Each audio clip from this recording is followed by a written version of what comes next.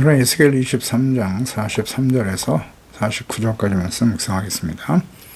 23장 43절에서 49절까지 말씀 읽습니다. 내가 음행으로 쇠한 여인을 가리켜 말하노라. 그가 그래도 그들과 피차 행음하는도다.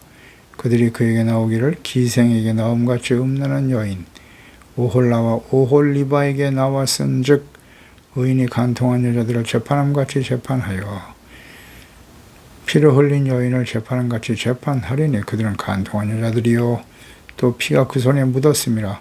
주 여호와께서 이같이 말씀하셨느니라. 그들에게 무리를 올려보내 그들이 공포와 약탈을 당하게 하라. 우리가 그들을 돌로 치며 칼로 죽이고 그 자녀도 죽이며 그 집들을 불사르리라. 이같이 내가 이 땅에서 음란을 그치게 한즉 모든 여인이 정신이 깨어 너의 음행을 본받지 아니하리라. 그들이 너의 음란으로 너에게 보응한즉 너희가 모든 우상을 위하던 죄를 담당할지라. 내가 주 여호와인 줄 너희가 알리라 하시니라. 아멘. 영적 음행, 우상 숭배에 대한 하나님의 판결. 우상과 행음하면서 하나님께 두신 자식들을 우상에게 화재로 번제로 불사를 죽이는 살인을 일삼았던 이 패역한 하나님의 백성들, 오직 자기를 위하여 하나님과 율법 말씀에 대한 무지 완악함, 오직 자신의 유익과 만족을 자식들을 사지로 몰아내는 이런 몰인정하고 악한 부모들이 과거뿐만 아니라 오늘날도 많습니다. 몰렉에게 자식을 제물로 드리고 하나님의 성전에 나와 또 제사를 드리는 아주 파렴치하고 악랄한 부모의 죄악, 하나님과 말씀의 무지한 교육의 부재죠. 잘못 가르쳤어요. 왕이신 하나님을 버리고 사람이 왕이 되어 다스리는 이스라엘의 특성입니다. 백성들을 하나님의 나라의 거룩한 백성으로 가르치고 인도해야 될 책임을 가진 제사장들과 선지자들의 책임이 매우 크죠. 이스라엘 족속이 하나님을 버리고 멸시하며 이방 우상을 숭배하는 악행을 일삼고 있었습니다. 하나님과 율법에 대해 무지하거나 알면서도 이렇게 행한다면 이건 고범죄입니다. 짐짓죄가 되어 속죄할 제사가 없고 심판의 불만이 준비된 상태인 것입니다. 43절 그 음행으로 쇠한 여인을 가리켜 그들과 피차 그래도 그들과 피차 음행하도다. 과거 이스라엘 백성들이 조상 때부터 우상 숭배하며 음행을 일삼은 늙은 여자와 같은데 아직도 그 못된 버릇을 고치지 못하고 우상 숭배의 죄악과 음행을 일삼고 있음을 한탄하시는 하나님. 애굽에서부터 우상 숭배의 죄악에 빠져 있었고 10가지 재앙과 홍해를 가르치는 기적과 능력으로 구원하신 하나님 신의 산에서 친히 강림하시고 말씀하시는 영광을 체험하였지만 크고 광대하시고 두려우신 하나님의 면전에서 금송아지 우상을 세우고 뛰놀았습니다. 광야에서 10번이나 하나님을 시험하고 원망 불평하고 기회가 있을 때마다 애굽으로 돌아가자고 소리쳤던 패역무도한 백성들. 언약의 백성 이스라엘이죠. 이후에도 계속되는 이 우상 숭배. 결국 왕신 하나님을 버리죠. 사사시대 마지막 사무엘 시대입니다. 사람이 왕이 되어 다스리는 나라를 만들고 왕정시대가 시작되었습니다. 다윗 시대를 빼고는 계속해서 우상숭배의 죄악에서 벗어나지 못합니다. 그래서 하나님의 공의의 심판으로 북이스라엘은 아수르에 유다는 바벨론에 의해서 멸망의 길을 가게 되는 것입니다. 북이스라엘이 멸망하는 것을 보았으면서도 교훈을 얻지 못하는 유다, 그들과 동일한 길을 가고 있습니다. 유다도. 호세아 선지자가 북이스라엘을 향해서 외쳤습니다. 하나님의 말씀을 전했습니다. 내 백성, 호세아 4장 6절이죠. 내 백성이 지식이 없음으로 망하는도다. 내가 지식을 버렸으니 나도 너를 버려 내 제사장이 되지 못하게 할 것이요. 내가 내 하나님의 율법을 잊었으니 나도 내 자식을 잊어버릴 것이다. 이런 말씀하시네요. 그러니까 하나님께서 이렇게 악을 행하고 불의하고 우상 숭배하며 돌이킬 줄 모르는 이 하나님의 백성들이 그 원인이 지식이 없어서 지식이 없음으로 망한다고 말씀하시네요. 그 지식은 하나님과 말씀에 대한 지식이 없다. 또 자기 자신들이 하나님 앞에서 얼마나 심각한 죄인인가를 깨닫지 못하고 있었다. 그러니까 지식이 없으면 우상에 빠질 수밖에 없잖아요. 우상은 오직 자기를 위하여니까 자신의 생각에 옳은 대로 판단하고 행동할 수밖에 없는 것입니다. 어쩔 수 없어요. 지식이 없으면 하는 겁니다. 하나님을 알기 위해서 힘써야 돼요. 호세아 6장 1절 오라 우리가 여호와께 돌아가자. 여호와께서 우리를 찢으셨으나 드러나게 할 것이고 우리를 찢으셨으나 싸매어 주실 것이다. 여호와께서 이틀 후에 우리를 살리시며 셋째 날에 우리를 일으키시리니 우리가 그의 앞에서 살리라. 그러므로 우리가 여호와를 알자. 힘써 여호와를 알자. 그의 나타나면 새벽빛같이 여김이 없다. 늦은 비와 같이 우리에게 임하실 것이다. 하나님 알기를 힘써야 된다. 어떻게 해야 돼요? 끊임없이 하나님의 말씀을 묵상해야죠. 하나님을 알기 위해서는 묵상하고 성령님의 도우심을 구해야죠. 하나님과의 인격적인 교제, 참된 예배, 기도, 성령님의 인도하심을 따르는 경건한 삶에 힘써야 되는 것입니다. 하나님을 아는 일에 힘쓰고 있나요? 힘쓰고 계십니까? 예, 말씀에 대해서 무지하고 말씀 묵상을 가까이 하지 않으면 실천하지 않으면 하나님을 알 수가 없어요. 성경을 모르는데 어떻게 하나님을 압니까? 그저 가끔 나가서 예배 한번 드린다고 해서 하나님을 아는 게 아니에요. 매일같이 말씀 묵상해야죠. 말씀을 듣고 배우고 연구하고 공부해야죠. 성령님의 도우심은 절대적으로 필요하고 성령의 도우심이 없으면 지혜와 계시의 영 성령께서 역사하지 않으면 또 말씀을 아무리 많이 읽어도 의미가 없어요. 깨닫지 못하니까요. 그냥 성경을 보면서도 자기가 믿고 싶은 것만 믿고 싶은 대로 우상 숭배자가 되는 거죠. 이것도 문제예요. 예. 성령님의 도우심이 정말 중요합니다. 성령으로 겁나지 못한 사람들이 성경 말씀을 가까이 해봐야 이해할 수 없는 거죠. 자기한테 필요한 말씀만 골라서 왜곡된 신앙이 되는 거죠. 예레미야 선지자를 보내서 43년 동안 하나님의 말씀을 전했습니다. 회개하고 돌아오라고. 기회를 충분히 줬죠. 그런데 끝내 우상숭배의 음행을 버리지 않습니다. 이건 버리지 않은 거예요. 고의라고 봐야 돼요. 그리고 멸망을 자초하고 말았습니다. 44절에 그들이 그에게 나오기를 기생에게 나온 같이 음란한 여인 오홀라와 오홀리바 북이스라엘과 유다죠. 이스라엘 의인이 간통한 여자를 재판한 같이 재판하게 할 것이다. 그 주변 이방 나라들이 음란한 북이스라엘과 유다에 우호적으로 다가온 것은 그들을 부패하고 타락하게 하기 위함이었습니다. 하나님을 버리고 힘있는 주변 나라들을 사랑하고 그들이 섬기는 우상을 끌어들인 폐역무도한 언약의 백성 이스라엘 정말 무지하죠. 어떻게 이렇게 하나님을 모를까요? 자신들이 하나님과 율법의 말씀을 버리고 심각한 죄악을 행하면서도 전혀 가책을 느끼지 못하죠. 아주 뻔뻔하죠. 하나님 앞에서 반역하고 그러면서도 자신들의 행동을 정당하다고 여기고 있었습니다. 이게 말하지 막 심판을 하게 달려간 하나님의 백성들의 모습이에요. 전혀 죄의식이 없어요. 45절에 의인이 간통한 여인들을 재판한 같이 재판하실 것이다. 피를 흘린 여인을 재판한 같이 재판한다.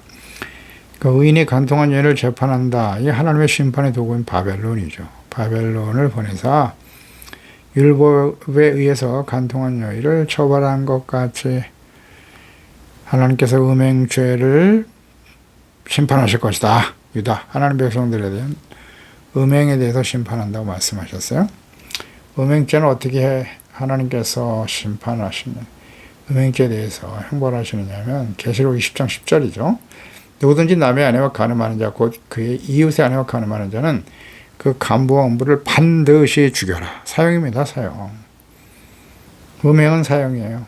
신명기 22장 22절 어떤 남자가 유부녀와 동침한 것이 드러나거든 그 동침한 남자와 여자 둘 다 죽여라. 이스라엘 중에서 악을 제하라. 이런 말씀하시잖아요. 또 처녀인 여자가 남자와 약혼을 한 후에 어떤 남자가 그를 성읍중에서 만나 동침하면 그들을 둘 다 성문으로 이끌어내고 돌로 쳐서 죽여라. 이렇게 말씀하잖아요. 음행의 죄의 대가는 사망이에요. 사형입니다. 사형. 그래 이같이 너희는 이같이 하여 너희 가운데서 악을 제하라고 분명히 말씀하셨거든요.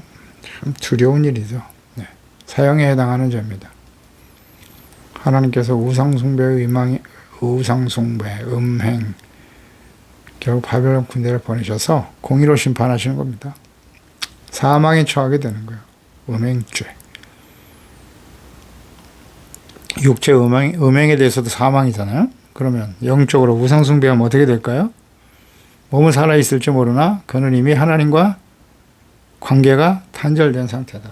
이거 매우 중요한 의미입니다. 아담과 하와가 범죄할 때 선악을 알게 하는 나무의 열매를 먹으면 반드시 죽는다. 죽는다고 하셨죠? 그 죽음의 의미를 잘 생각해 보세요. 육체가 죽음으로 돌아가는 거예요. 육체도 죽고 영적인 죽음이 문제죠. 영적인 죽음은 에덴 동산에서 쫓겨나고 하나님과의 관계가 단절됐다. 그게 사망이에요. 그러니까 이 우상숭배의 죄악은 하나님과의 관계가 단절되는 겁니다. 심각하죠. 하나님의 도우심과 인도하심을 전혀 받을 수 없어요. 회개하고 돌이켜 하나님께로 나오지 않는 한. 그래서 하나님께서 바벨론 군대를 보내사 공의로 심판하신다는 겁니다. 그러니까 악에 대한 하나님의 심판과 보응은 변할 수 없는 하나님의 속성입니다. 공의의 속성이에요. 과거에나 그렇고 지금은 안 그렇다고요? 예수 그리스도를 믿고 구원받은 신약 시대에는 하나님의 공의의 심판이 임하지 않습니까? 여러분 어떻습니까? 요한복음 8장에 바리새인이 간음하다가 현장에서 잡힌 여인을 데리고 예수님께 데려왔죠. 율법에 의하면 이들은 돌로 쳐 죽어 마땅한데 당신은 어떻게 하시겠습니까? 요한복음 8장 5절 이하죠. 선생은 어떻게 말하겠나이까? 그들이 이렇게 말하면 고발할 조건을 얻고자 하여 예수를 시험함이로라 그랬어요. 그러니까 예수께서 그때 몸을 굽히사 손가락으로 땅에 쓰셨어요. 글씨 말씀을 적겠죠. 그들이 묻기를 맞이 아니하는지라 이에 일어나 이르되 너희 중에 죄 없는 자가 먼저 돌로 쳐라 하시고 예수께서 일어나서 여자 외에 아무도 없는 것을 보시고 이르시되 여자여 너를 고발하던 그들이 어디 있느냐 너를 정죄한 자가 없느냐 대답하되 주여 없나이다. 예수께서 이르시되 나도 너를 정죄하지 아니하노니 가서 다시는 죄를 범하지 말라. 그러니까 예수께서 간음한 여인을 데려온 자들 앞에서 땅에 손가락으로 쓰신 글씨는 무엇이었을까? 땅에 어떤 것을 기록하셨을까요? 그 글을 보고 모든 사람들이 돌로 치지 못하고 그 자리를 떠났습니다. 그 글을 보고 모두가 양심의 가책을 받고 그 자리를 떠났을 것입니다. 간음한 자에 대한 율법을 들어 정죄하기 위해서 찾아온 자들이었으므로 그들의 죄에 대해서 하나님의 말씀을 기록하셨을 것이다.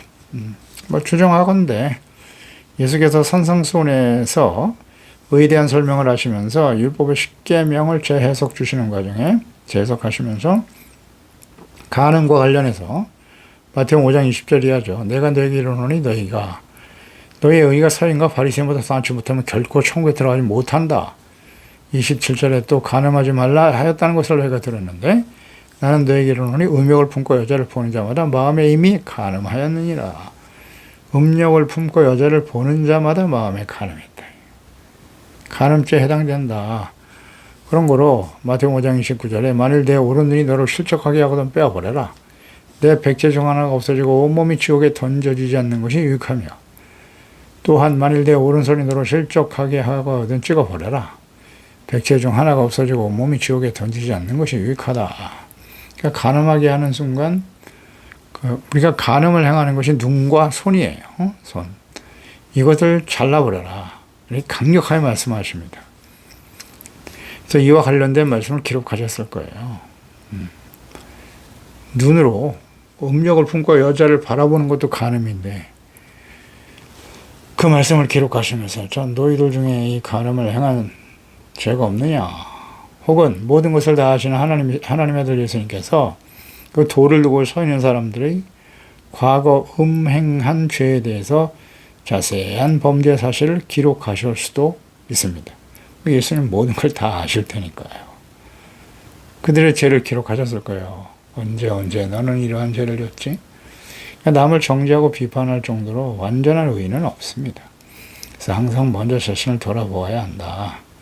갈라디아서 6장 1절이죠. 형제들아, 사람이 만에 무슨 범죄한 일이 드러나거든 신령한 너희는 온유한 심령으로 해라. 그런 자를 바로잡고 너 자신을 살펴보아 너도 시험받을까 두려워라고 하셨습니다. 그러니까 하나님의 이 공의는 결코 변하지 않습니다. 은혜로 구원받은 하나님의 자녀들에게 더욱 엄격하게 말씀하셨습니다. 46절에 여호와께서 이같이 말씀하셨느니라 무리를 무리를 울려 보내서 그들이 공포와 약탈을 당하게 할 것이다 말씀하시네요. 우상 숭배의 범죄를 당연하다고 여기고 가책을 받지 않고 돌이키지 않는 하나님을 반역하는 주의 백성들에 대해서 하나님께서 바벨론 군대를 올려 보내실 것이다. 공포와 약탈을 당하게 하신다. 그러니까 유다를 심판하기 위해 공격해오는 바벨론 군대는 강력하여 유다가 대적할 수 없는 대상입니다. 과거 북이스라엘을 멸망시킨 하나님의 심판의 도구였던 아수르 군대, 그 사느립이 유다를 공격해왔을 때 왕하 19장 1절로 3절을 보면 히스기야 왕이 듣고 그 옷을 찢고 굵은 배를 두르고 하나님의 전에 올라갑니다. 왕궁의 책임자인 엘리야김과 서기관 셈나와 제사장 중 장로들의 굵은 배를 둘러서 아모스의 아들 선지자가 이사야에게로 보내매 그들이 이사야에게 이르되 히스기야의 말씀이 오늘 환난과 징벌과 모욕의 날이라 아이를 낳을 때가 되었으나 해산할 힘이 없도다. 그러니까 해산할 힘이 없는 임산부와 같이 도저히 대적할 힘이 없는 상태임을 이사야 선지자를 통해서 하나님께 호소하고 있었습니다. 하나님을 믿고 의지하며 겸손히 이렇게 기도했을 때 하나님께서 구원하셨습니다. 그러니까 시드기야 왕과 제사장들은 어찌 교훈을 얻지 못하고 회개하고 돌이켜 하나님께 나와 기도하지 못하는가. 안타깝죠. 그러니까 바벨론 군대는 강대국 아수르를 멸하고 주변 모든 나라들을 정복한 더욱 강력한 군대였기 때문에 두려움의 대상이었습니다. 그러니까 모든 나라를 정복한 바벨론. 그러니까 하나님께서 패역한 주의 백성들에게 이 강력한 바벨론 군대를 보내서 공포와 약탈을 당하게 하실 것이라고 하시네요. 힘 있는 나라 바벨론에게 차라리 항복하여 환난과 연단을 받고 거룩한 백성으로 정체성 회복을 원하셨지만 바벨론을 배반하고 애굽에게 구원을 요청하는 완악하고 어리석은 주의 백성들, 결국 바벨론의 공격으로 공포와 약탈을 당하게 됩니다. 공포를 느낀다. 전쟁은 무섭죠. 예, 무섭습니다. 공포 그 자체입니다. 하나님을 두려워했어야 할 언약의 백성들이 하나님을 경외하지 않고 악을 행하며 돌이키지 않으면 두려움의 대상 혹은 상황을 만나게 될 것이다. 교훈이죠. 우리가 두려워하는 것은 하나님이어야 하는 거예요. 근데 하나님의 백성들이 하나님을 두려워하지 않으니 그래, 그 두려움과 공포가 얼마나 심각한 일인가를 한번 경험해 봐라. 잘 한번 생각해 보세요. 우리를 두렵게 하는 것은 무엇입니까? 경제적인 위기 혹은 재물을 잃는 것, 가정 파괴, 가족들의 죽음, 자신의 목숨을 잃게 하는 질병들, 상황들, 죽음에 대한 두려움이죠.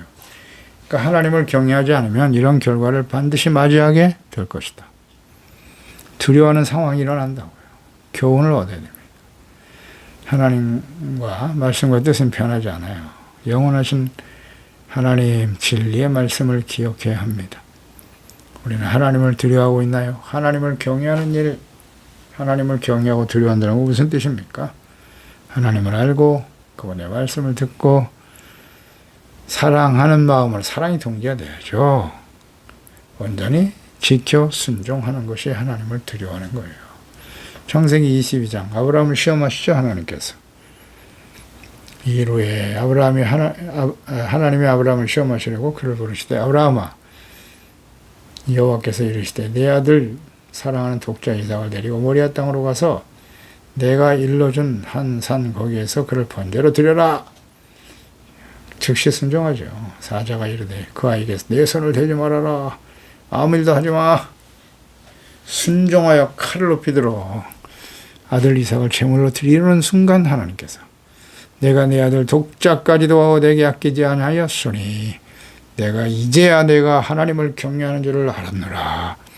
하나님 뭘 시험하신다고요? 하나님을 경외하는지 그렇지 않은지를 시험하신다. 하나님을 경외하는 것이란 무엇이다? 아브라함과 그 아들 이삭을 제단에 드린 일을 기억하시면 돼요. 그 시험의 과정이었으니까요. 자식까지도 내어주는 그런 순종, 이것이 하나님을 두려워하는 것이구나. 언제나 순종이죠. 근데 우리는 안 돼요. 언제나 선택적 순종이죠. 내 생각에 이것은 자기 생각의 기준인 거예요. 하나님의 말씀도 자기가 믿고 싶은 것만 믿고 싶지 않은 건 저버리죠. 이건 하나님을 경외하는 태도가 아닙니다. 잘 배워야 합니다. 이제 그걸 제대로 실천하지 못하면 어떻게 돼요? 왜 계속 시험이 다가오는 거죠. 하나님을 경외하는 법을 가르치시겠죠. 그러니까 말씀을 듣고 돌이키는 게 가장 지혜로운 방법입니다. 하나님의 말씀을 듣고 책망을 듣고 교훈을 얻어 의롭고 거룩한 하나님의 사람으로 온전하게 되어져 가는 것. 47절 무리가 그들을 돌로 치며 칼로 죽이고 자녀도 죽이고 집들을 불살라버릴 거야. 참혹한 일이 벌어지네요. 하나님을 두려워하지 않고 오히려 멸시하고 조롱하며 배반하고 거역한 뻔뻔하고 완악한 주의 백성들에 대한 하나님의 공의의 시련 무섭습니다. 돌로 친다, 칼로 죽인다. 이것은 간음을 행한 자에 대한 하나님의 형벌이죠. 율법에 나타나는 그들이 가장 두려워하는 모든 일이 바벨론 군대에 의해서 실행될 것이다. 부모가 보는 앞에서 자녀를 죽이고 집들을 불살라버리고 참혹한 일이 벌어질 것이다. 그러니까 이런 일이 장차 벌어지기 때문에 하나님은 선지자를 울고 통곡하라고 울며 통곡해야 한다고 외치고 계시죠.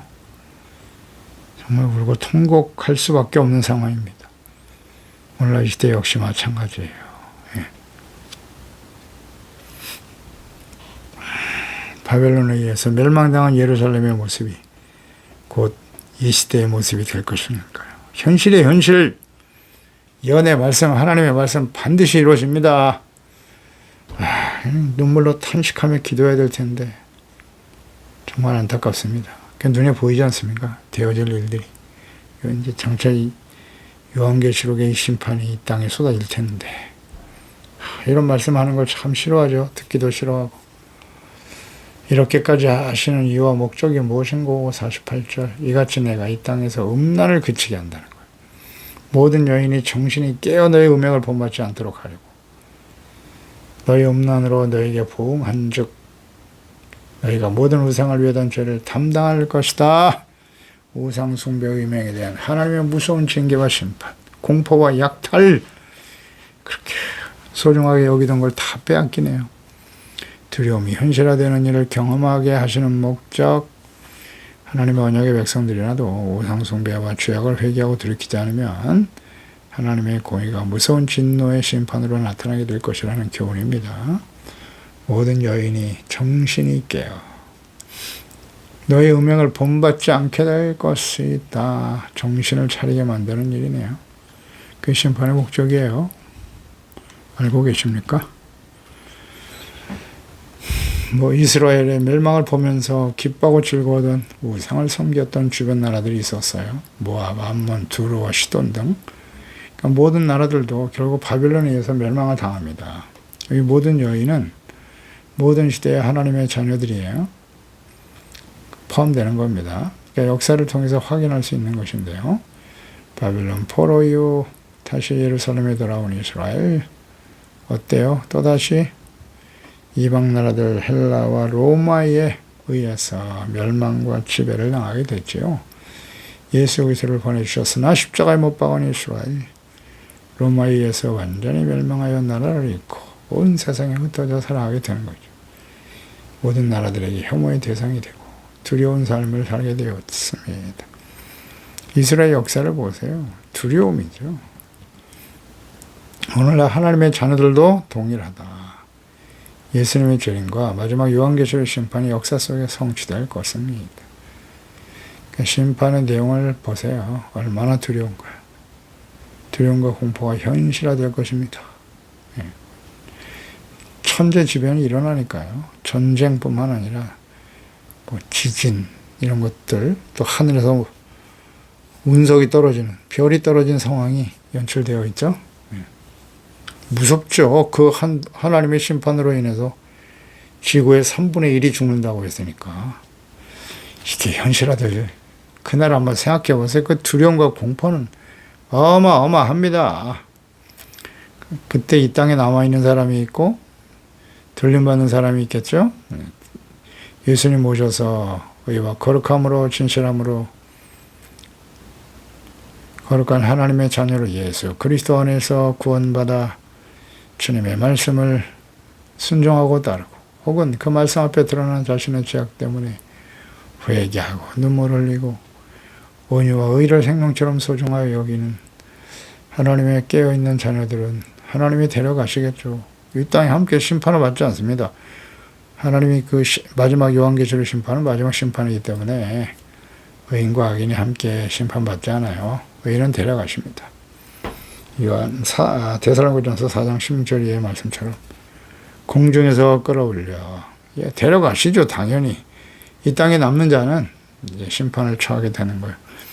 근데 이 땅에 많은 교회들, 하나님의 자녀들이 이 땅에서 심판을 받게 될 것이다.